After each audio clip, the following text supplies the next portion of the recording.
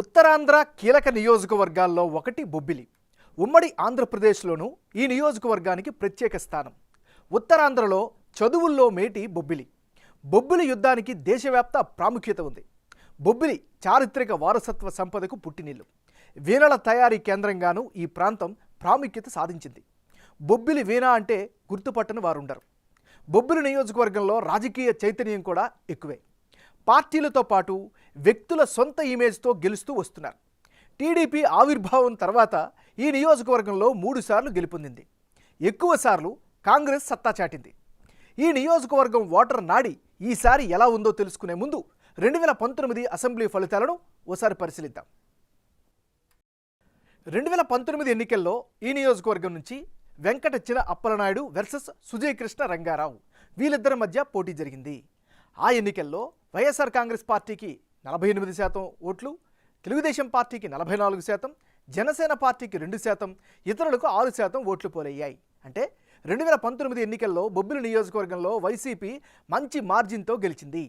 ఇక్కడ వైసీపీ టికెట్పై పోటీ చేసిన వెంకట చిన అప్పలనాయుడు రాష్ట్ర వ్యాప్తంగా జగన్ వేవ్తో 48% ఓట్లు రాబట్టగలిగారు.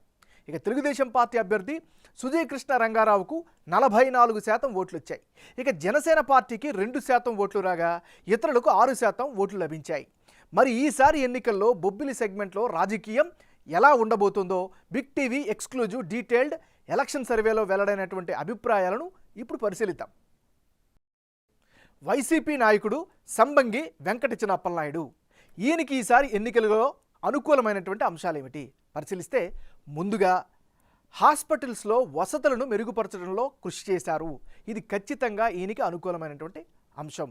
మరోవైపు జగన్ వేవ్పై ప్రధానమైనటువంటి నమ్మకం ఈయన పెట్టుకున్నటువంటి పరిస్థితి. ఇది ఈయనకి సంబంధించినటువంటి అనుకూలమైనటువంటి అంశాలు. మరి సంబంగి వెంకట చిన అప్పలనాయుడుకు ఉండేటటువంటి మైనస్ పాయింట్స్ ఏంటి పరిశీలిస్తే, బొబ్బిలి సెగ్మెంట్లో రోడ్లన్నీ పూర్తిగా అధ్వానంగా తయారయ్యాయి. ఇది ఖచ్చితంగా మైనస్ అయ్యే అవకాశం ఉంది. డ్రైనేజ్ సమస్యలు అలానే ఉన్నాయి, ఎలాంటి మార్పు జరగలేదు. మరోవైపు లిక్కర్ బ్యాన్ అమలు చేయకపోవడం పట్ల ప్రజల్లో అసంతృప్తి అయితే కనిపిస్తోంది. ఇక మజ్జి శ్రీనివాసరావుతో వర్గ విభేదాలు కూడా ఈయనకి నెగిటివ్ అయ్యే అవకాశాలు కనిపిస్తున్నాయి. ఇది ఈయనకి సంబంధించినటువంటి ప్లస్లు మైనస్లు. తెలుగుదేశం పార్టీకి చెందినటువంటి నాయకుడు వెంకట చలపతి రంగారావు అలియాస్ బేబీ నాయన. మరి బేబీ నాయనికి అనుకూలమైనటువంటి అంశాలేమిటి పరిశీలిస్తే, బొబ్బిలి రాజకుటుంబ నేపథ్యం ఈయనకి ప్రధానమైనటువంటి బలంగా చెప్పుకోవచ్చు. మరోవైపు ప్రభుత్వ వ్యతిరేకతపైనే ప్రధానంగా నమ్మకం పెట్టుకున్నారు. ప్రజల్లో మమేకమై తిరుగుతూ ఉన్నారు. మరోవైపు కరోనా సమయంలో ఆయన విపరీతమైనటువంటి సేవా కార్యక్రమాలు చేశారు. ఆ కార్యక్రమాల పట్ల జనంలో పాజిటివ్ రెస్పాన్స్ అయితే ఈయన సంపాదించుకోగలిగారు. మరోవైపు ప్రతి గ్రామంలో కూడా జోరుగా పర్యటనలు చేస్తున్నారు. ఇది కూడా ఆయనకి ఖచ్చితంగా అనుకూలమైనటువంటి ఫ్యాక్టర్గా చెప్పుకోవచ్చు.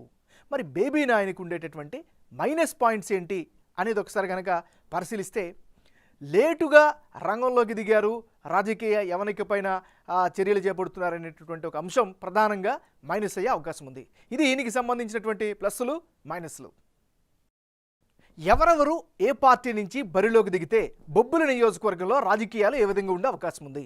ముందుగా సంబంగి వెంకట చిన అప్పలనాయుడు వర్సెస్ బేబీ నాయనారావు వీళ్ళిద్దరం మధ్య కనుక పోటీ జరిగితే ఆ సమయంలో వైఎస్ఆర్ కాంగ్రెస్ పార్టీకి 42%, తెలుగుదేశం పార్టీకి ఏకంగా 53%, ఇతరులకు 5% ఓట్లు దక్కే ఛాన్సెస్ కనిపిస్తున్నాయి. అంటే ఇప్పటికిప్పుడు ఎన్నికలు జరిగితే బొబ్బిలిలో తెలుగుదేశం పార్టీకే గెలుపు అవకాశాలు ఎక్కువగా కనిపిస్తున్నాయి. బేబీ నాయనారావుకి 53% ఓట్లు రాబట్టే ఛాన్సెస్ ఉన్నాయని బిగ్ టీవీ సర్వేలో తేలింది. అదే సమయంలో వైసీపీ అభ్యర్థికి 42% ఓట్లు వచ్చే ఛాన్సెస్ కనిపిస్తున్నాయి. ఇతరులకు 5% ఓట్లు రానున్నట్లు సర్వేలో తెలుస్తోంది. టీడీపీ ఓట్ షేర్ ఎక్కువగా ఉండడానికి కారణం Baby Nayanarao personal and family image ఒక కారణమైతే, అలాగే తెలుగుదేశం పార్టీ సంప్రదాయ ఓట్లన్నీ పడుతుండడం, పైగా ప్రభుత్వంపై ఉన్న సహజ వ్యతిరేకత అంతా తెలుగుదేశం పార్టీ అభ్యర్థికి ప్లస్ అయ్యే అవకాశాలు ఉన్నట్లు సర్వేల ద్వారా తెలుస్తోంది.